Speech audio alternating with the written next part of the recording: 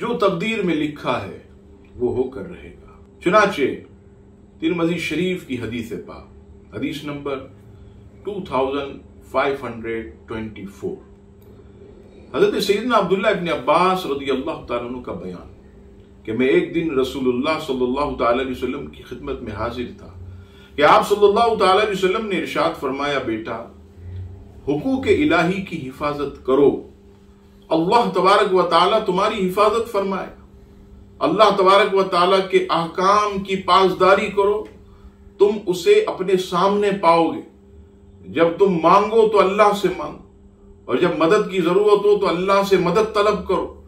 इस बात का यकीन रखो कि अगर सब लोग इस पर मुत्तफिक हो जाएं कि तुमको नफा पहुंचा दें तो वो तुमको कुछ नफा नहीं पहुंचा सकते मगर इसी कदर जो अल्लाह ने तुम्हारे लिए लिख दिया है। और अगर सब लोग इस पर मुत्तफिक हो जाएं कि तुम्हें कुछ नुकसान पहुंचा दें तो हरगिज नुकसान नहीं पहुंचा सकते मगर उस चीज से जो अल्लाह तबारक व तआला ने तुम्हारे बारे में लिख दी। सहाइफ उठाए जा चुके हैं और कलम खुश्क हो चुके हैं।